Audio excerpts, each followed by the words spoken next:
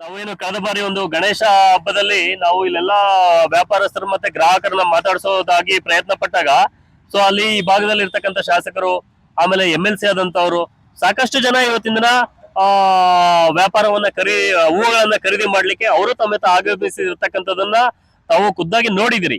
ಅವರು ಸಮೇತ ಒಂದು ಮನವಿಯನ್ನ ಮಾಡ್ಕೊಂಡಿದ್ದಾರೆ. ಮುಂಬರುವ ದಿನಗಳಲ್ಲಿ ಸೆಷನ್ ಅಲ್ಲಿ ನಾನು ಸಮೇತ ಸೊ ಹೂವು ವ್ಯಾಪಾರಕ್ಕೆ ಇಲ್ಲಿ ಪರ್ಮನೆಂಟ್ ಆಗಿ ಅನುಕೂಲ ಮಾಡ್ಕೊಡ್ತಕ್ಕಂಥ ಒಂದು ಕೆಲಸ ನಾವು ಮಾಡ್ತೀವಿ ಅಂತಕ್ಕಂಥದ್ದು ಹೇಳಿದ್ದಾರೆ. ಅವರು ಸಮೇತ ಭರವಸೆ ಕೊಟ್ಟಿದ್ದಾರೆ. ಸಂಪೂರ್ಣವಾಗಿ ITI ಇರ್ತಕ್ಕಂಥ ಎಲ್ಲ ಹೂವಿನ ವ್ಯಾಪಾರಸ್ಥರ ಜೊತೆಗೆ ನಾವು ಇರ್ತೀವಿ, ಅವ್ರಿಗೂ ಅನುಕೂಲ ಮಾಡ್ಕೊಡೋ ರೀತಿಯಲ್ಲಿ ನಾವು ನಡ್ಕೊಳ್ತೀವಿ ಅಂತಕ್ಕಂಥ ಭರವಸೆ ಕೊಟ್ಟಿದ್ದಾರೆ.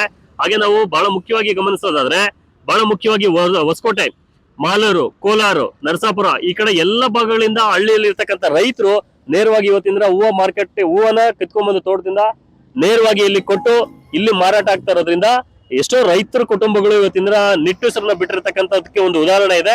ಹಾಗಾಗಿ ಈ KR ಪುರಂನ ITI ಇರತಕ್ಕಂಥ ಹೂವು ವ್ಯಾಪಾರಸ್ಥರು ಉಳಿಬೇಕು, ಮತ್ತೆ ಈ ಹೂವಿನ ಮಾರುಕಟ್ಟೆ ಉಳಿಬೇಕು, ಅದಕ್ಕೆ ಸಂಪೂರ್ಣ ಸಹಕಾರ ಕೊಡ್ಬೇಕು ಅಂತಕ್ಕಂಥ ಒಂದು ಮನವಿಯನ್ನ ನಾನು ಎಲ್ಲಾ ವ್ಯಾಪಾರಸ್ಥರ ಪರವಾಗಿ ಮಾಡ್ಕೊಳ್ತಾ ಇದ್ದೇನೆ.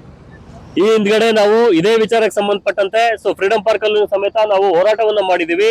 ಮಾನ್ಯ ಮುಖ್ಯಮಂತ್ರಿಗಳು ಸಂಪೂರ್ಣವಾಗಿ ರೈತರ ಪರವಾಗಿ ಇದ್ದೀವಿ ಅಂತಕ್ಕಂಥದ್ದನ್ನ ಈಗಾಗಲೇ ಸಿದ್ದರಾಮಯ್ಯನವರು ನಮಗೆ ತಿಳಿಸಿದ್ದಾರೆ. ಸಿದ್ದರಾಮಯ್ಯನವರು ಸಮೇತ ನಾವು ಇದೇ ವಿಚಾರಕ್ಕೆ ಭೇಟಿ ಮಾಡ್ತೀವಿ. ಆ ರೈತರ ಪರವಾಗಿ, ರೈತರ ವ್ಯಾಪಾರಸ್ಥರ ಪರವಾಗಿ, ಹೂವು ವ್ಯಾಪಾರಸ್ಥರ ಪರವಾಗಿ ತಾವು ಇರಬೇಕು ಅಂತಕ್ಕಂಥ ಮನವಿಯನ್ನ ಮಾಡಿದೀವಿ. ಹಾಗೆ ನಮ್ಮ ಕೃಷಿ ಸಚಿವರಾಗಿರ್ತಕ್ಕಂಥ ನಮ್ಮ ಚೆಲುವರಾಯಸ್ವಾಮಿ ಅವರನ್ನು ಸಮೇತ ನಾವು ಮುಂದೆ ಭೇಟಿ ಮಾಡ್ತಕ್ಕಂಥ ಒಂದು ಯೋಜನೆಯನ್ನ ಮಾಡ್ಕೊಂಡಿದೀವಿ. ಸಂಪೂರ್ಣ ಹೂವು ವ್ಯಾಪಾರಸ್ಥರ ಪರವಾಗಿ ಅವರನ್ನು ಸಮೇತ ಭೇಟಿ ಮಾಡಿ ಇಲ್ಲಿ ಅವ್ರಿಗೆ ಅನುಕೂಲವಾಗೋ ರೀತಿಯಲ್ಲಿ ಸರ್ಕಾರ ಸ್ಪಂದಿಸಬೇಕು ಅಂತಕ್ಕಂಥ ಮನವಿಯನ್ನ ಅವ್ರಿಗೆ ನೀಡ್ತಾ ಇದ್ದೀವಿ.